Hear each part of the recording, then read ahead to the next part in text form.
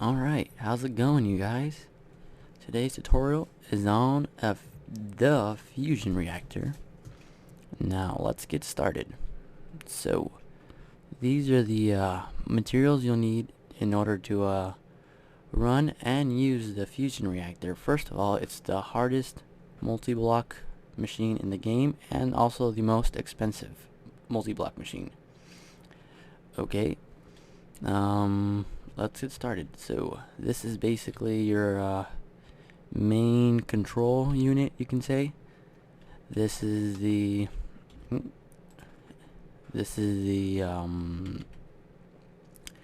fusion control computer. Fusion, ha. Okay, now I'll show you how all this works in a second, but I'm just going to show you how to craft it. So you need 6 energy flow circuits, 2 Greg Tech computer cubes, and a fusion coil. I'll show you how to craft a fusion coil right here. So this is a material injector.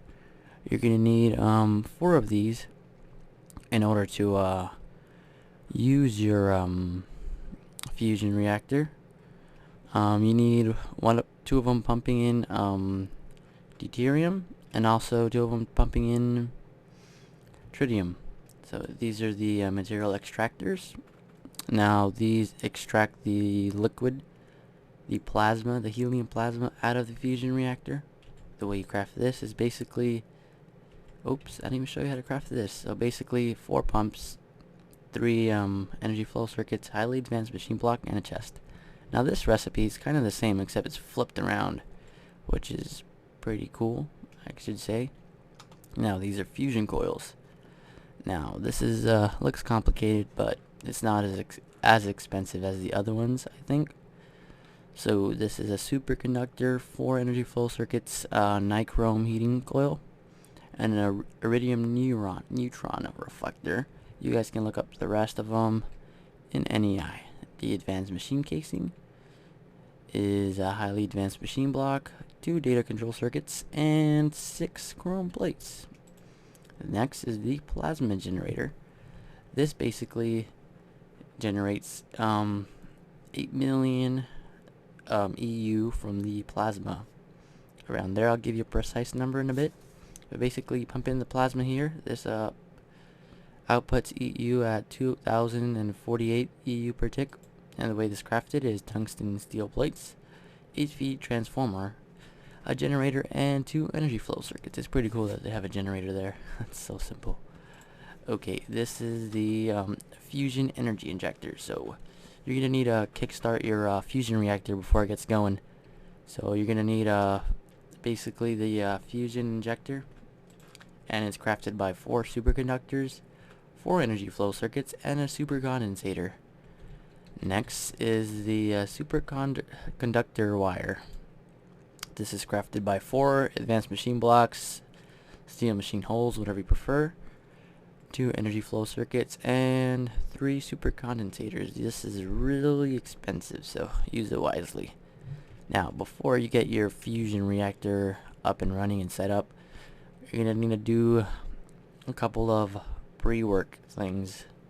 Well, not pre-work. You have to do these ahead of time before you build the fusion reactor. Now, this is the industrial electrolyzer, and the reason why you need this is because it produces hydrogen cells from water. So basically your fuel source will originate from water, like it'll come from water. So this produces 4 hydrogen cells, right? So those 4 hydrogen cells are put into the industrial centrifuge, and it's on page 92, I think. Yeah. So those 4 hydrogen cells gets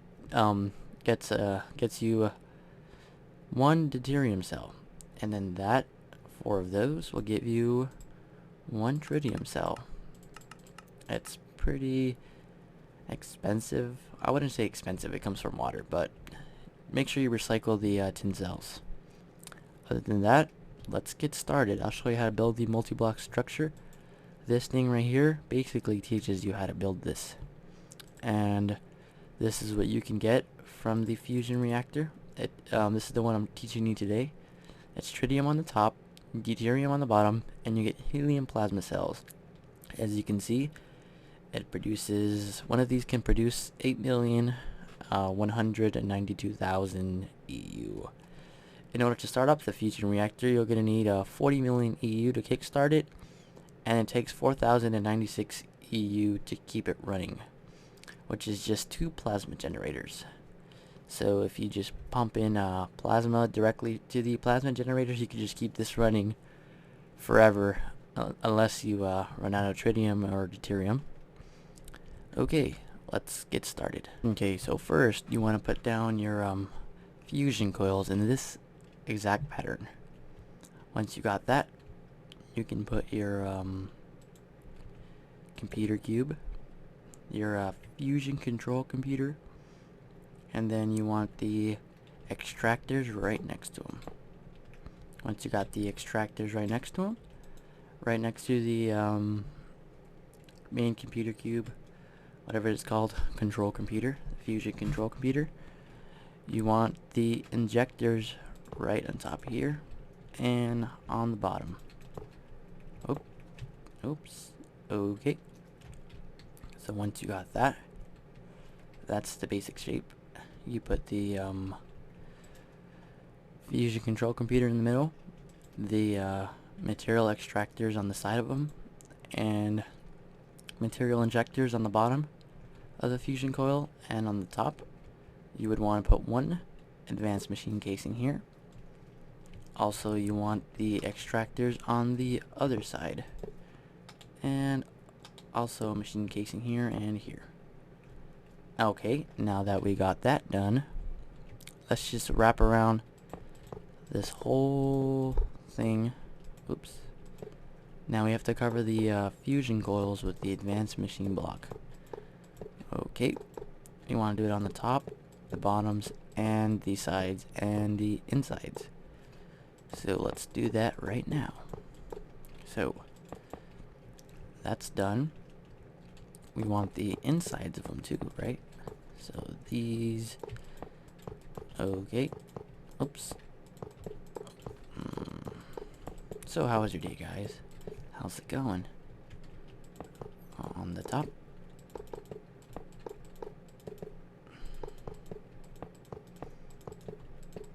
And you're gonna want to put them on the bottom. So the casing is made out of chrome and titanium. You get chrome from ruby dust in the electrolyzer, I think. I think I'm right. Okay. Whoops. Okay. Almost done here. Yep. So, this is how the fusion reactor should look. Here's a view from it from the top. From the bottom. Okay, so let's look at the computer. What are we missing? So we don't need all these stuff, but we are gonna need these energy injectors. So let's grab them right here. Now we want to replace this one, and the ones behind them. So that's a top view from it. Here's a bottom view. Okay. Now, we're going to grab a quantum generator. Like I said, this needs a kickstart boost. So, we're going to put quantum generators here and quantum generators here. Let's just max it out. So, those quantum generators you can only get in creative mode, so you're gonna have to power up the you have to kickstart the fusion reactor by like nuclear power, or you can do solar panels, but you're gonna need a super strong cable for that. So yeah, so once this is kick-started, you grab a portable scanner, right? So like we said, it takes 40 million EU to kickstart this thing. As you can see on the bottom where it says contain energy, it's about at 38 million. Once it gets to 40, it should start working, but first we're missing the most important things, the liquid. So as NEI, we're going to use tritium on the top, and oops, and deuterium on the bottom. Okay, so the best way of doing this, the best way to automate the fusion reactor is by pumping it directly from a tank. So you use a liquid transposer. Hold on. There we go. Whoa. Okay. So I have tanks right over here. Yeah, I've been practicing with the fusion reactors for quite a while. That's my first one over there. Then I have another one over there out in the distance. So I have gaseous deuterium and I have gaseous tritium, gaseous, or however you pronounce it. And I have a helium plasma over there. This fusion reactor is currently running fully automatic, and I don't have to do any work. I don't have to monitor it. I'm going to teach you guys how to do that shortly, but let's get this thing running first. So it should be at 40,000 EU. Sweet. The machine's inactive. You'll notice when it's active when you see the green lights, I mean the yellow lights. Sorry about that. So let's get the superconductor wire and the plasma generator. So in order for it to self-sustain itself, it needs 4,000 and some, around 4,000 EU. Okay, so we want superconductor wires on the energy injectors. There we go. We put a plasma generator here and here, and we should be good to go.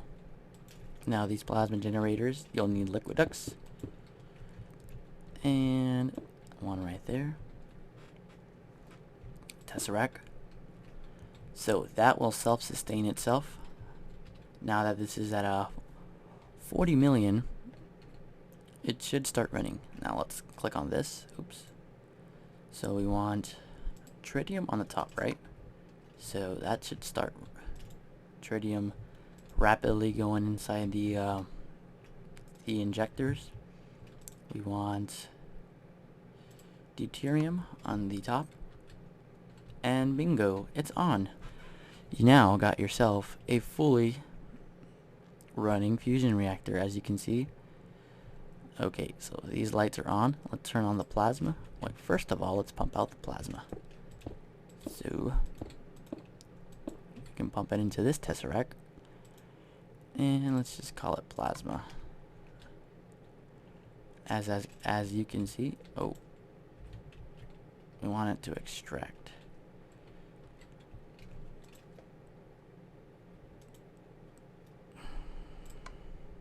Yeah. So you want to set it at send only.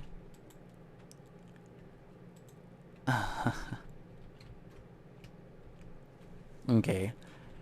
Where's my wrench? Wrench. Sweet. So you want it to send only. You want it to extract. You need some levers. You need a red. There we go.